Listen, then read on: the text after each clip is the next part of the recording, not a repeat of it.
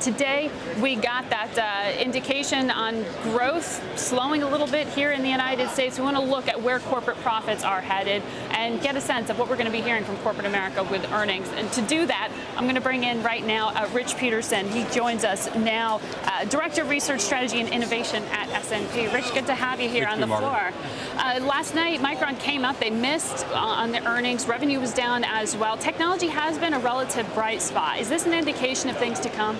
Well, what we're seeing, from the capital IQ estimates is actually a little bit of a retrenchment, from the second quarter estimates. We're down about 1% in terms of where we were about the end of April. But the fact is, this week was, in a way, the preseason for the earnings kickoff. Because we had Adobe Systems, we had Oracle also beating.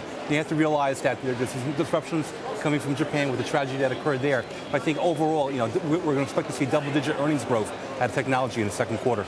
And yet you see a stock market that continues to be worried despite getting, as you say, double-digit earnings growth potentially. Corporate profit margins are continuing to be impressive. Are we going to see those gains come from somewhere else other than cost cutting? Well, it's again, we're climbing that wall of worry. Obviously, we have concern about the economy, anemic 1.9 growth, but it's a little better than expected durable orders reported today. So I think the fact is, we're going to see this, advancement of just looking at the global activity. You have to realize about half the revenues and half the earnings are coming from the S&P 500 companies are coming from outside the United States. So it's coming also from Asia, coming from Latin America, and other sectors.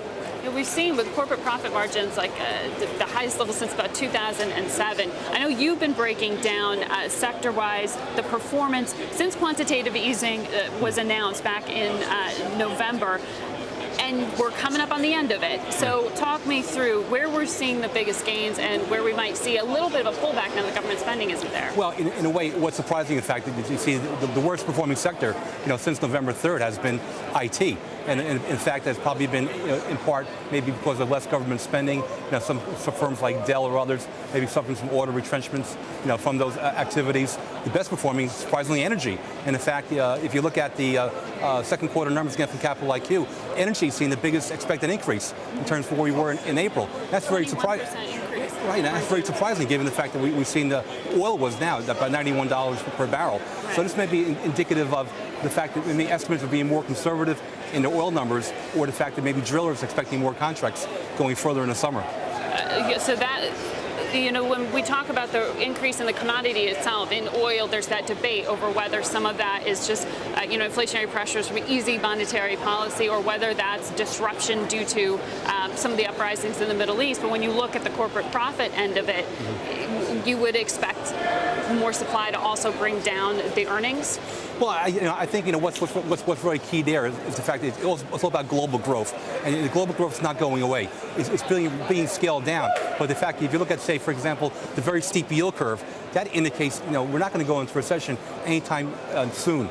The fact is, you're going to see a recession when the yield curve is very inverted. And the fact is, right now, growth is probably going to be anemic. We're still going to grow, profits are going to grow, and that should boost stock prices going ahead. Now, Alcoa is the traditional kickoff to the earnings season, but some people say, hey, FedEx actually is really giving us an indication of where we're going. They came out this week and said demand for shipping is up. Yet we hear from a company like Adobe that there's weakness in Europe. Which is the reality? Well, investors are going to have to go through all that data. And as I said, this is probably like the preseason for earnings kickoff. The fact that we had some good numbers, coming from, again, Bed Bath Beyond, from CarMax shows some strength in the consumer. The fact that we saw some weakness in ConAgra shows that the commodity inflation may affect margins. But I think, for looking at second quarter earnings, I think the really key sector is looking at financials. Financials have seen the biggest retrenchment. There's a lot of concern about regulation. We heard talk about from acting comptroller of the currency, Walsh, about how maybe rules on capital requirements are maybe too aggressive. We heard Jamie Dimon talk about it also. So the fact is that financials is really the key focus going forward in second quarter earnings. And we're going to look at that ahead on this show as well. Thank you so much, Rich, for coming in.